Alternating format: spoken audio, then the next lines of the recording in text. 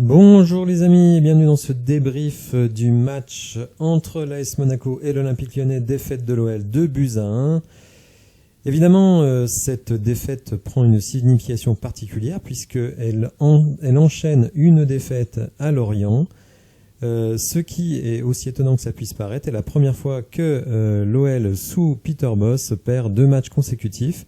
Et c'est même la première fois depuis l'année 2019, donc depuis 3 ans, que l'OL se trouve dans cette situation. Alors une situation malheureusement qui ne nous surprend pas trop puisque le fond de jeu qui nous est proposé depuis la reprise du championnat, malgré des résultats plutôt positifs en termes de points et de buts marqués, mais les problèmes sont là depuis tout le temps et évidemment pas mal ont fermé les yeux et d'ailleurs continuent à fermer les yeux sur ce qui se passe et pourtant je vous invite à aller voir, si vous avez le temps, parce qu'elle dure quand même 27 minutes, ma vidéo du 23 juillet 2022, donc avant le début de la saison et avant la fin de tous les matchs de préparation.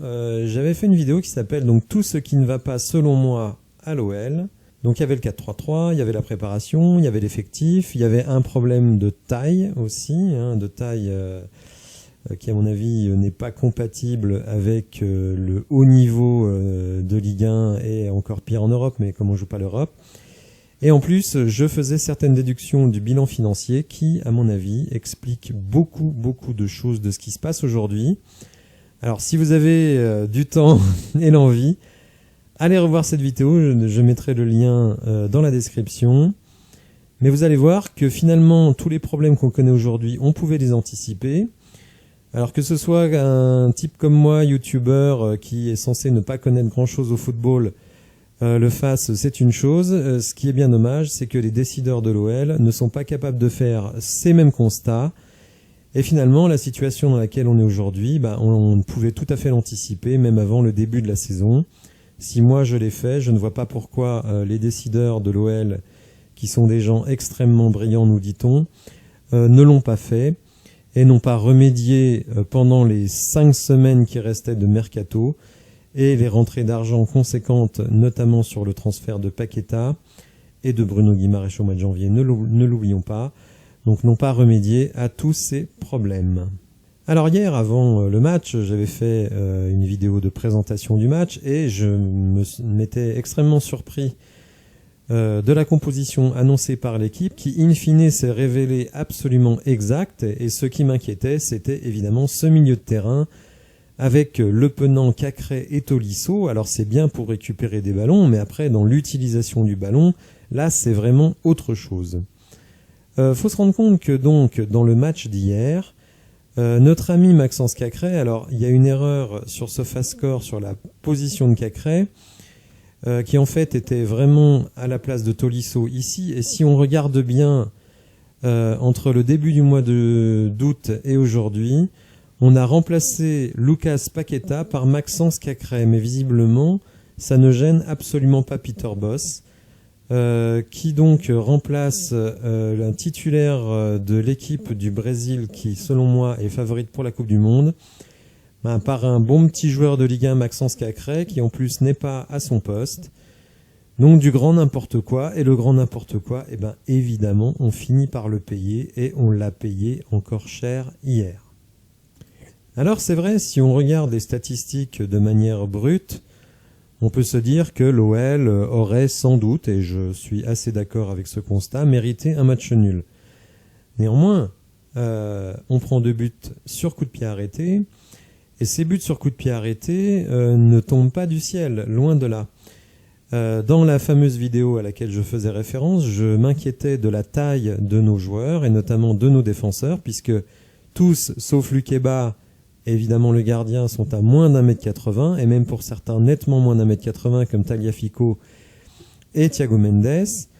Et ce ne sont pas les seuls, puisque Cacré, Le Penant, Tété, Lacazette, tous au max 1m75, donc évidemment, sur vos coups de pied arrêtés défensifs, vous avez extrêmement peu de répondants sur le jeu de tête, et évidemment, c'est ce qui s'est passé, 2 buts de la tête hier, et je crois qu'il ne faut absolument pas s'étonner de cette situation.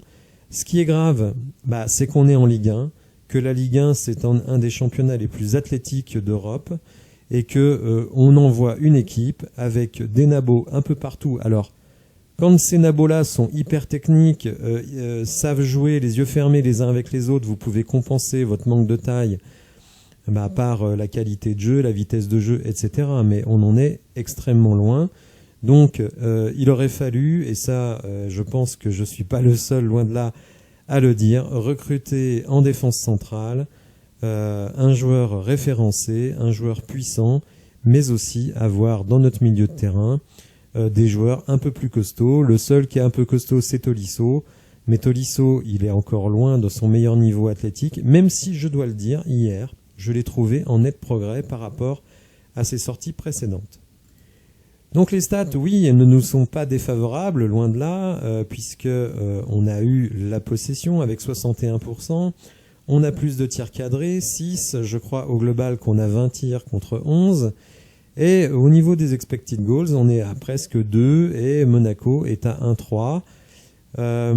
Alors d'autres sites donnent des chiffres un petit peu différents, puisque nos amis de Understat donc proposent des XG de 2,28 et de 1,65 pour Monaco. Alors, ça reste supérieur pour l'OL par rapport à Monaco, mais les XG, c'est une chose.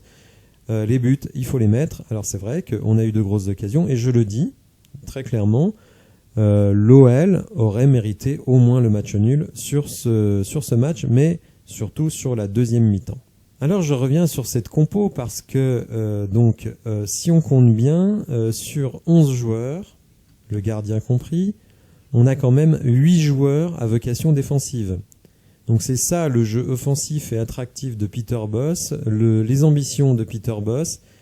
Excusez-moi, mais 8 joueurs à vocation défensive dans un match aussi important que celui de Monaco, c'est carrément stupide.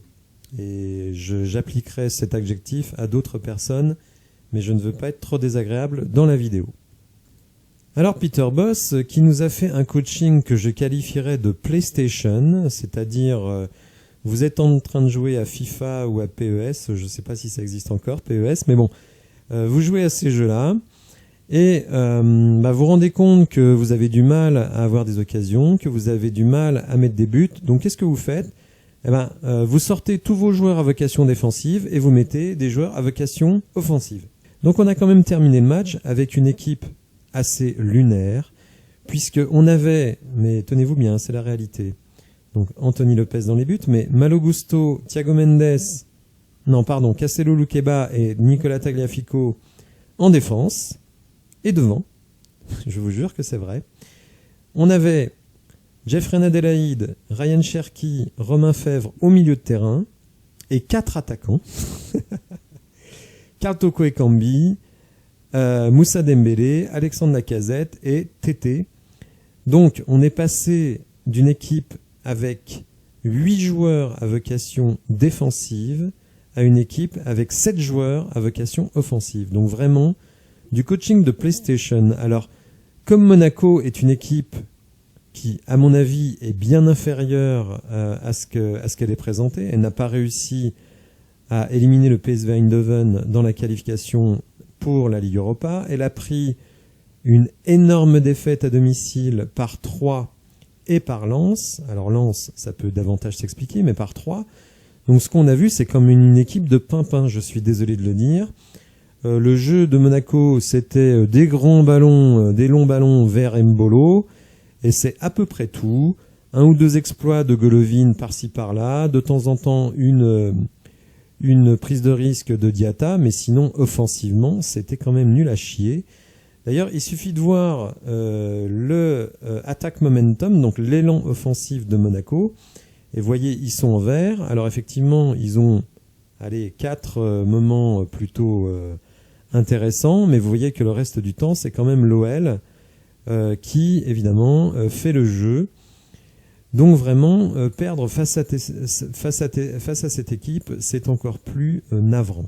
Mais attention, je ne dis pas que Monaco ne mérite pas sa victoire. Ils ont été beaucoup plus réalistes que nous et surtout beaucoup plus malins, notamment sur leur coup de pied arrêté, puisque c'est l'équipe qui, en Ligue 1, a réussi le plus de buts sur coup de pied arrêté depuis le début de la saison. Sur Prime Video, on a vu les pauvres Lyonnais s'entraîner à l'échauffement, voilà, à un positionnement sur les coups de pied arrêtés, mais évidemment, entre la réalité du match avec des types extrêmement athlétiques comme ceux de Monaco et puis des coéquipiers qui évidemment n'ont pas envie de se blesser à l'échauffement, tout cela est d'un ridicule absolu.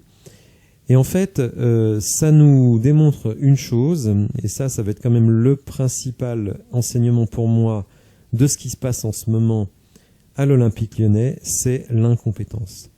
L'incompétence à tous les étages. Évidemment, les dirigeants et décideurs qui ont maintenu Peter Bosz, qui ont fait un recrutement totalement inadapté. Donc, on fait jouer des joueurs à un poste qui n'est pas le leur, tout simplement parce qu'on n'a pas été capable de recruter sur ces postes-là. On a des postes où finalement on a peu de concurrence, comme derrière, ou même pas du tout, comme Malo Gusto, mais même en défense centrale.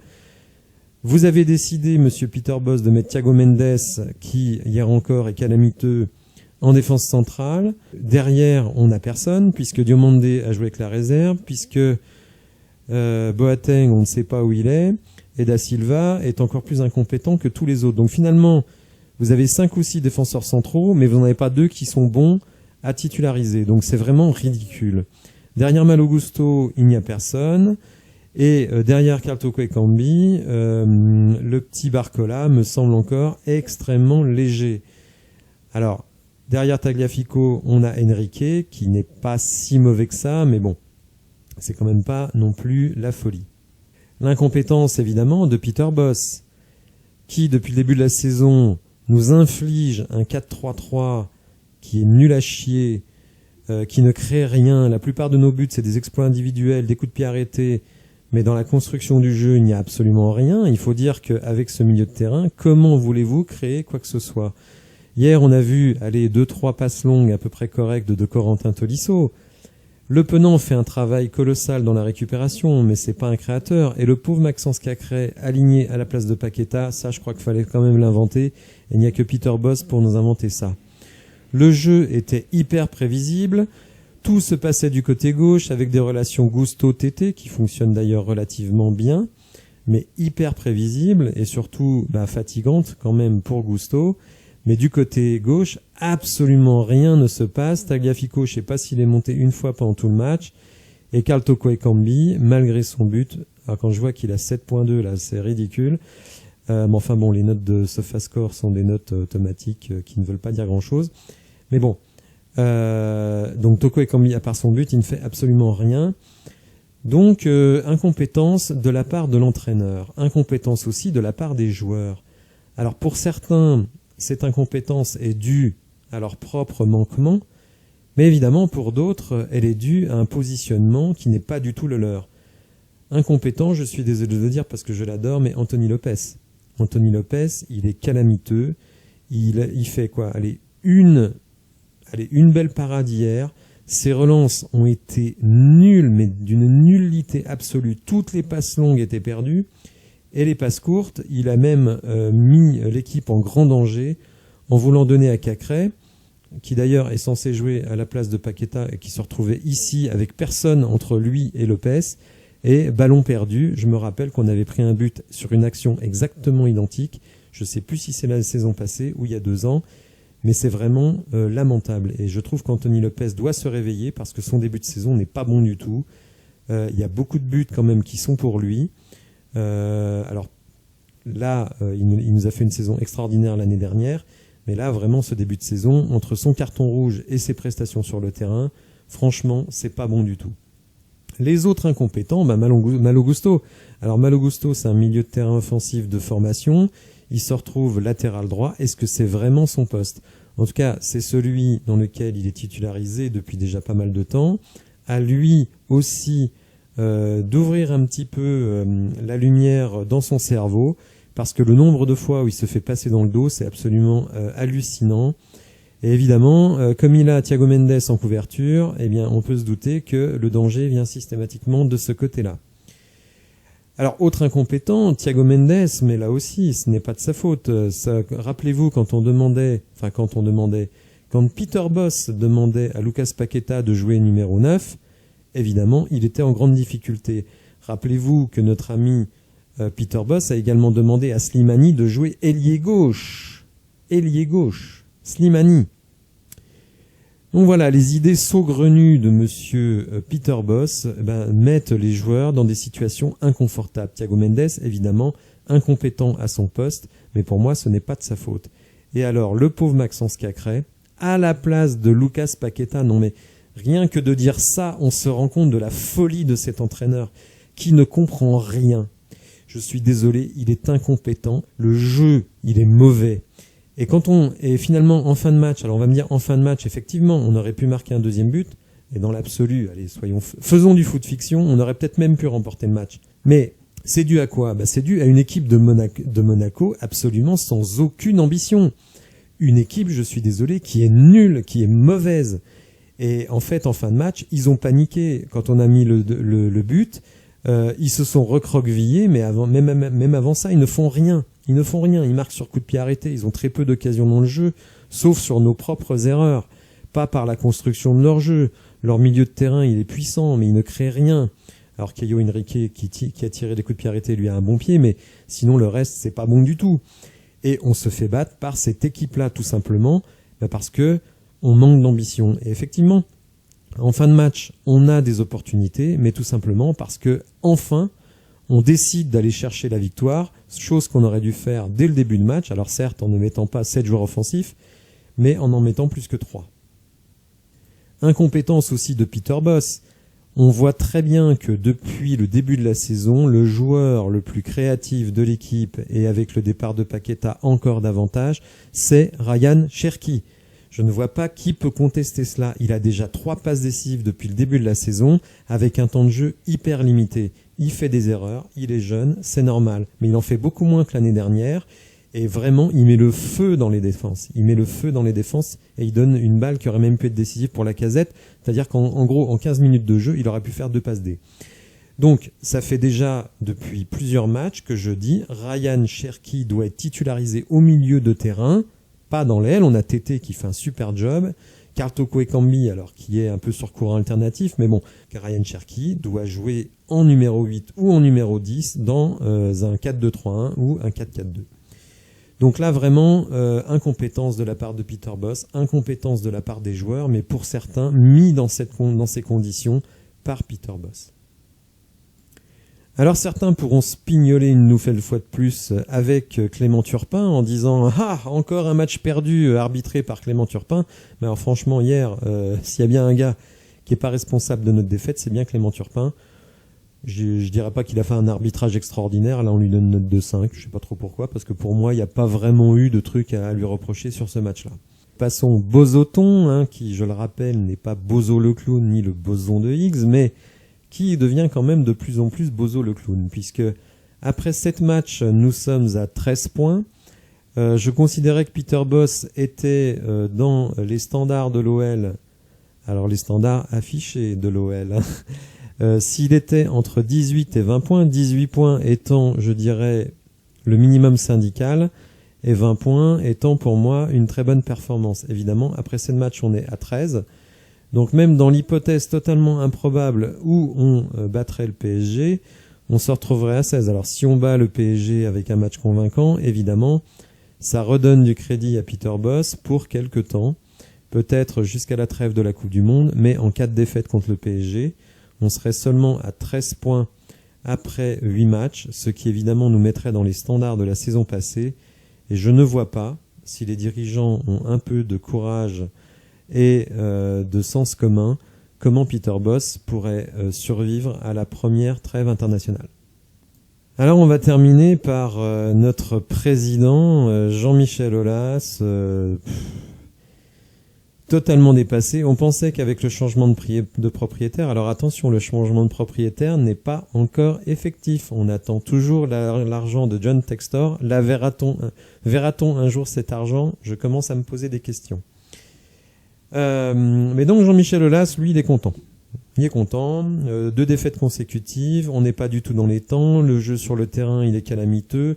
Son coach est totalement perdu. Mais lui, Jean-Michel Aulas, tout va bien. Donc il reprend un tweet qui montre qu'on a tiré 20 fois contre 11 et qu'on a 6 tirs cadrés contre 4. Alors là, les amis, c'est révélateur ou pas, ce sont les ingrédients de demain. En gros, hier, on n'a vraiment pas eu de chance, mais les bases sont fantastiques. Soyons tous derrière Alex, Coco et le groupe. On aura une très bonne surprise dimanche, sous-entendu prochain, contre le PSG. Faut-il en rire ou en pleurer? Je vous laisse choisir. Mais là aussi, on se retrouve à nouveau dans l'incompétence. Jean-Michel Aulas, il est totalement rôti, il n'en a plus rien à carrer. Il attend de toucher le pognon de Textor, et à mon avis, il n'ira pas jusqu'aux 3 ans de direction, qui donc est contractualisé entre lui et Textor. C'est un vieux monsieur qui a fait beaucoup de choses pour le club. Je lui donnerai toujours crédit pour tout ce qu'il a fait. S'il a souhaité vendre ses propres parts, c'est qu'il souhaite prendre de la distance, et je ne pense pas qu'il soit dans l'état d'esprit de continuer 3 ans de plus. En tout cas, je ne le souhaite pas. Il est temps de mettre quelqu'un à la tête du club qui a des idées, qui a des envies, qui a la hargne, qui est respecté par les joueurs, respecté, voire craint par les joueurs. Alors certains font remarquer qu'au classement, on est quand même 5e. Ouais, bravo. Sachant quand même que dès que la pente a commencé, certains ont trouvé cette analogie avec le cyclisme. En gros, on attaque les grandes étapes de montagne et on se rend compte que sur le plat, on s'est plutôt pas trop mal débrouillé. On a gagné quelques étapes en baroudeur ou au sprint. Mais dès que la montagne, et pourtant l'Orient, ça paraissait pas une grosse montagne, hein. Monaco, croyez-moi, ce n'est pas une grosse montagne non plus. Dès que la pente s'élève un peu, on cale. Donc, évidemment, l'élan, il est très très négatif. Et là, vous allez vers l'Aubisque, le Galibier ou tous ces grands cols, puisque vous avez le PSG la semaine prochaine, et que vous avez encore à jouer Lens la semaine à la reprise après la trêve internationale, et que vous n'avez pas encore joué Marseille, Lorient, Lille, Nice. Alors Nice, j'ai de fortes réserves sur Nice, mais enfin bon. Donc voilà où vous en êtes, avec des perspectives quand même extrêmement délicates. Aucun progrès dans le jeu, ça c'est une évidence. Et un coach qui reste arc-bouté sur des idées saugrenues, qui ne fonctionnent pas. Le fameux adage « on ne change pas une équipe qui gagne », lui, il l'a transformé « on ne change pas une équipe qui perd ». On a l'impression qu'il prend une certaine jouissance dans l'humiliation. Moi, personnellement, je n'en prends aucune jouissance. Donc je lui suggère d'aller exercer ses envies de jouissance dans un autre championnat, avec une autre équipe, mais surtout pas avec l'Olympique Lyonnais. Voilà, j'espère malgré tous ces aspects négatifs, très démoralisants, que vous avez apprécié la vidéo. Si c'est le cas, n'hésitez pas à la liker, à vous abonner à la chaîne, à aller voir ma petite vidéo du mois de juillet. Et je vous dis à bientôt pour une nouvelle vidéo. Merci beaucoup, au revoir.